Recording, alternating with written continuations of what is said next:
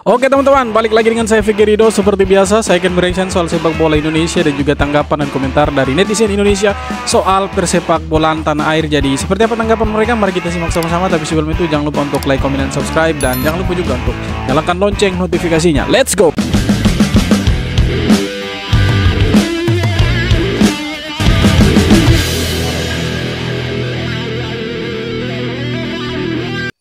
Breaking news, wih ini circle apa nih? King Indo bareng sama Jepang, Korea, Cina, ada Irak, ada Arab, ada Australia, Palestina, Qatar. Ini circle apa ini? Dari tadi nyari Malaysia, nyari Thailand, nyari Vietnam, Filipina, Laos, Kamboja. Pada di mana ya? Kok nggak masuk di circle ini? Coba teman-teman yang tahu ini circle apa ya, ada berapa negara nih? Coba ya, tuh 23, 4, 5, 6 18 negara ini. Ada 18 negara di sini, coba kalian komen ini. 18 negara ada nama Indonesia. Nah, di sini Indonesia mereka lolos langsung ya.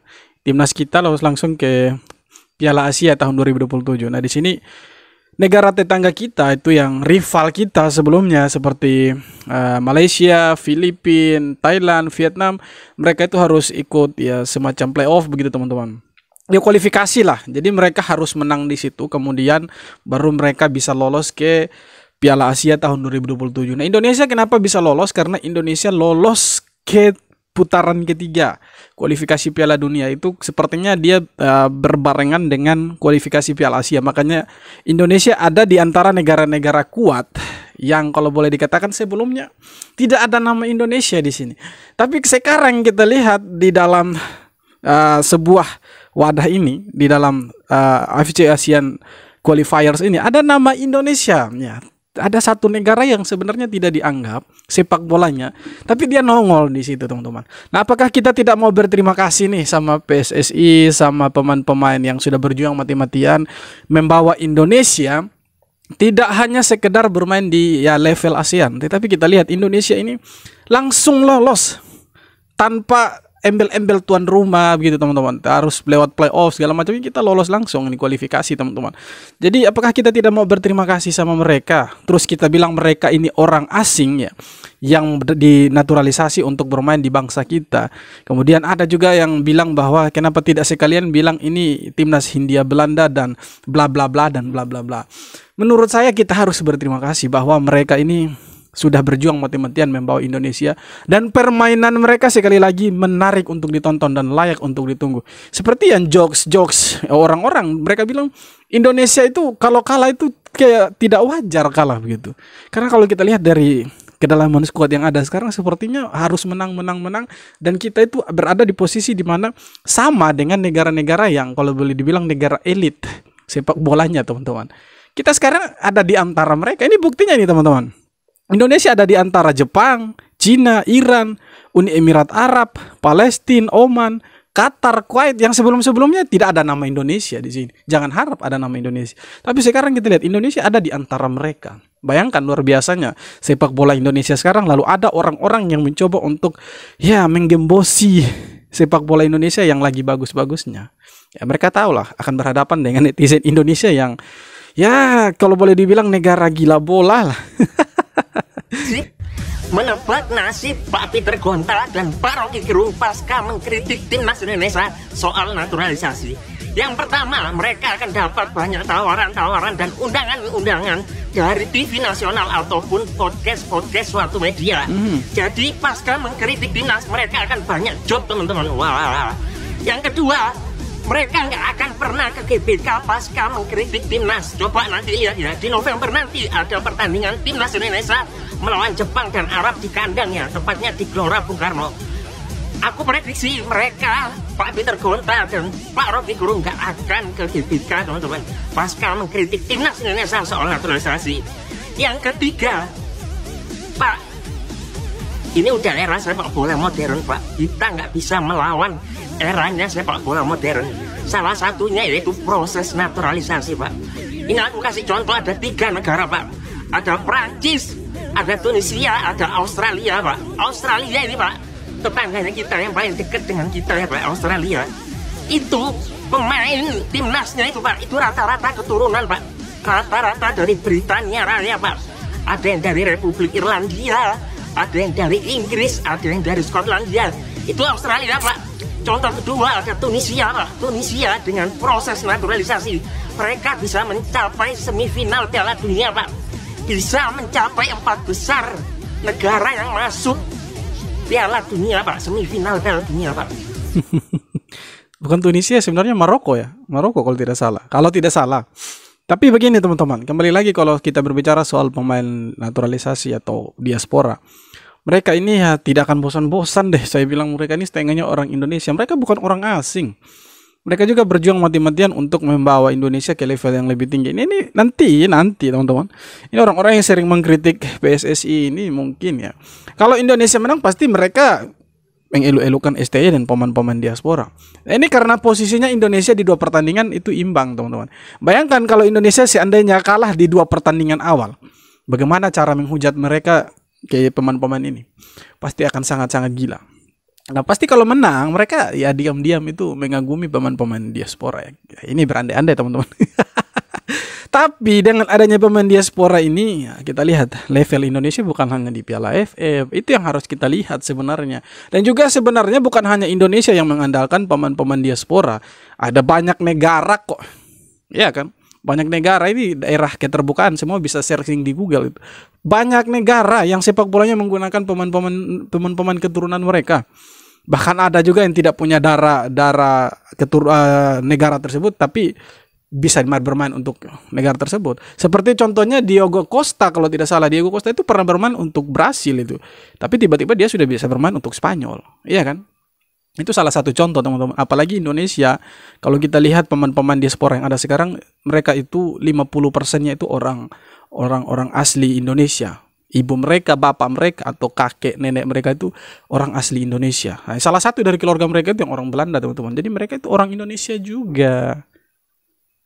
Lu kalau mau tengil sama netizen Indonesia salah lawan sih, salah lawan. Ya jadi Michelle Duke itu pemain Australia akhirnya meminta maaf setelah membuat statement yang kontroversi. Ya jadi statement kontroversinya kita lihat dulu. Ya jadi ini statement kontroversi dia ya pas setelah pertandingan Indonesia melawan Australia itu dia intinya bilang mereka Indonesia merayakan hasil imbang seolah-olah itu adalah sebuah hasil kemenangan. Ya, jadi yang dia maksud itu pas timnas kita itu lagi nyanyiin lagu Tanah Airku ya, yang melingkar satu stadion nyanyi. Nah, itu dia komen itu sebenarnya. Salah.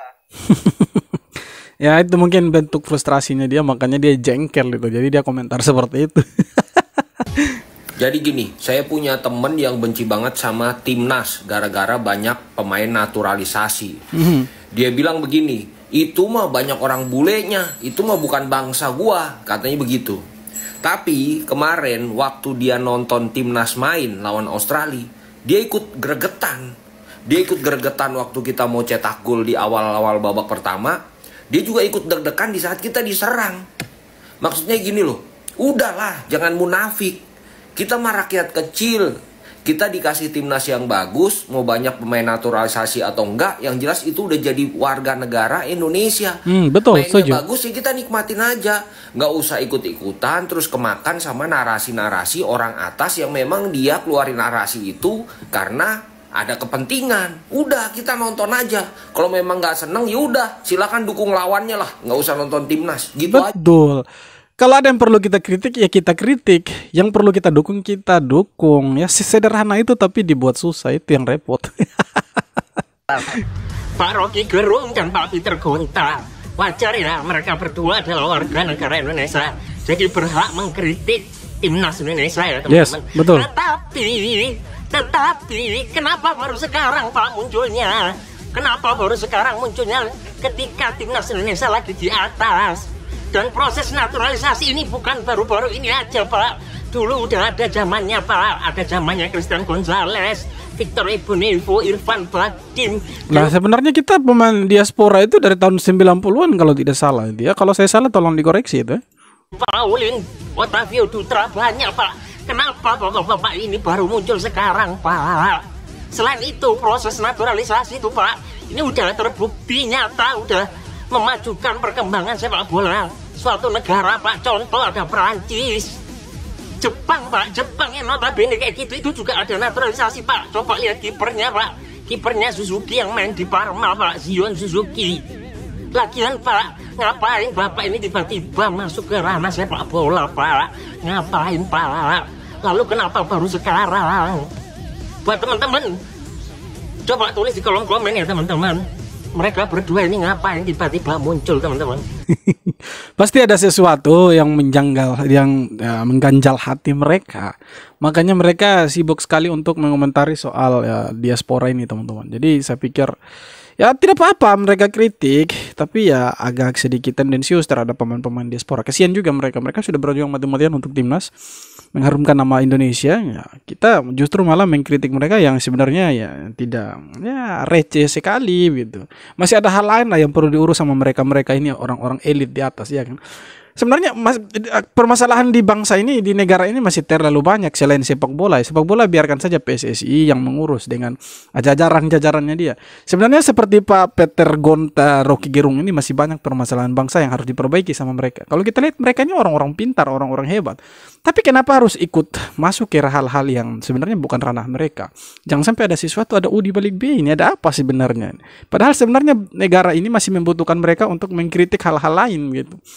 Mungkin ada mantan narapidana yang tiba-tiba nyalek kemudian tanpa tahu malu kemudian lolos lagi ke DPR dan mereka tidak mau mengomentari itu, ya itu yang sebenarnya harus dikomentari, bukan masalah pemain diaspora dan lain sebagainya. Kalau memang mereka melanggar aturan ya 1 atau 2 tahun ke depan atau setidaknya secepat mungkin mereka akan ya diproses, karena ini setahu saya proses naturalisasi atau perpindahan kewarganegaraan dari negara satu ke negara yang lain atau perpindahan federasi dari negara satu ke negara yang lain itu tidak mudah, teman-teman, karena itu harus melewati ya kalau tidak salah ya DPR, kemudian PSSI, DPR, dan juga ini masih ke presiden.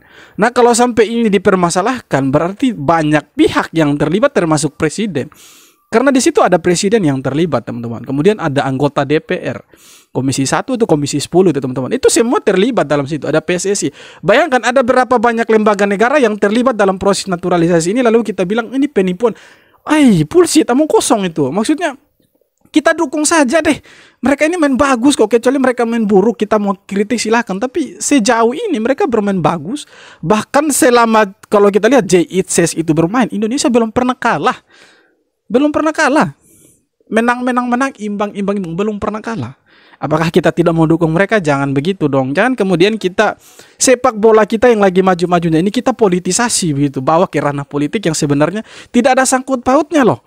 Jangan sampai seperti itu. Maksudnya kalau mau dukung silahkan dukung, kalau mau kritik silahkan kritik, tapi jangan kritik yang seolah-olah itu menjadi sebuah pembenaran dan dikonsumsi oleh publik begitu. Jangan sampai seperti itu.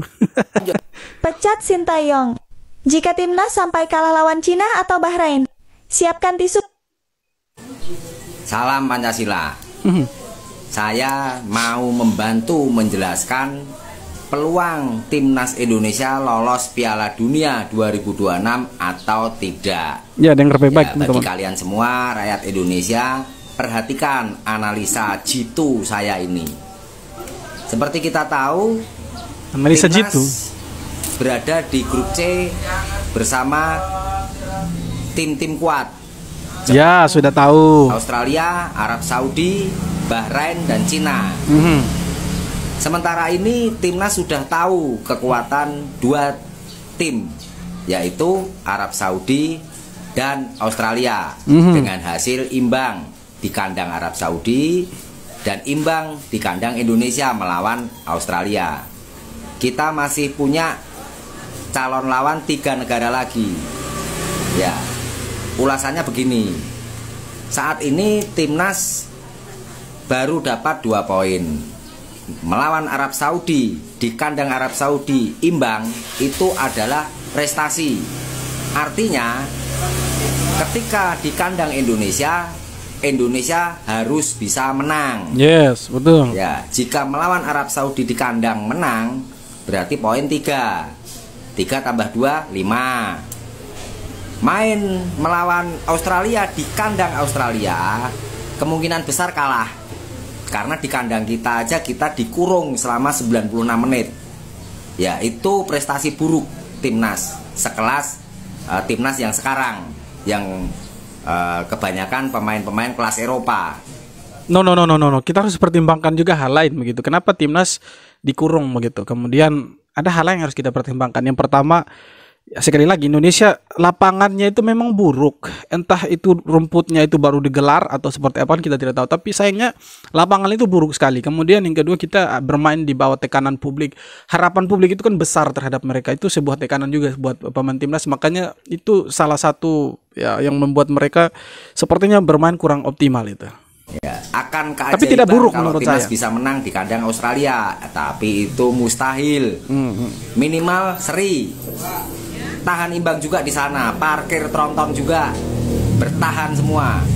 Jadi nilainya ketambahan 1 poin, ya, jadinya 6. Oke teman-teman, jadi menurut saya kita butuh setidaknya 16 poin kalau tidak salah untuk lolos ke sana gitu. Nah sekarang kita punya 2 poin plus 8 cadangan pertandingan. 8 ya, oh iya 8. Kemudian target kita itu bisa menang 4 kali teman-teman. Home away lawan Cina dan Bahrain. Nah kalau kita lawan Jepang ya kita tidak bisa bilang bahwa kita akan mengalahkan mereka ya. Tapi setidaknya kita kalau misalkan bisa kalah tipis dari mereka, katakanlah 2-1 atau 1-0 atau 3-1 bermain home away, kita bisa tahan imbang mereka di GBK dan kita mungkin kalah di Jepang dengan skor tipis. Kemudian kita juga bisa tahan imbang Australia di kandang mereka, lalu kita mengalahkan 2 negara tersisa yaitu Cina dan Bahrain. Saya pikir kita punya kemungkinan untuk lolos langsung, itu menempati posisi kedua. Tapi itu terlalu berlebihan kalau kita pikir ke sana. Nah sekarang yang realistis itu kita dapat posisi 3 dan posisi 4. Nah sekarang posisi kita itu ada di posisi 4. Kita ada di bawahnya Bahrain itu. Jadi kalau misalkan kita bisa kalahkan Bahrain dan Cina, kita sedikit demi sedikit akan naik ke posisi 3. Nah Australia sekarang kan ada di bawahnya kita, dan mereka ini akan lawan Arab Saudi dan juga lawan Jepang. Nah sepertinya ini laga berat mereka. Harusnya mereka bisa curi poin itu di 2 laga perdana mereka, iya kan? Itu sebenarnya mereka bisa curi poin dari situ. Yang pertama lawan Bahrain di kandang, harusnya Australia itu bisa dapat 3 poin. Dan ketika sampai ke Indonesia bermain di GBK, harusnya Australia dapat 3 poin. Jadi sebenarnya dari 2 pertandingan itu mereka dapat 6 poin harusnya. Tapi kita lihat mereka cuma dapat 1 poin dari 2 pertandingan, 1 kalah dan 1 imbang. Nah itu yang membuat Indonesia sekarang bisa sedikit lega bahwa Indonesia butuh sedikit poin lagi untuk menaiki peringkat 3. Kemudian kalau misalkan kita bisa menang di 4 pertandingan, kemudian kita bisa tahan 2, dapat 2 poin di 2 pertandingan sisa, dan 2 selanjutnya kita kalah, tidak masalah. Kita bisa lolos langsung ke ronde kedua teman-teman, ke ke Piala Dunia teman-teman. Tapi itu ya agak susah juga. Jadi saya pikir ya harapan terbesar kita itu ada di playoff lagi. Kita masuk lewat ronde ketiga atau jalur ketiga atau jalur keempat teman-teman.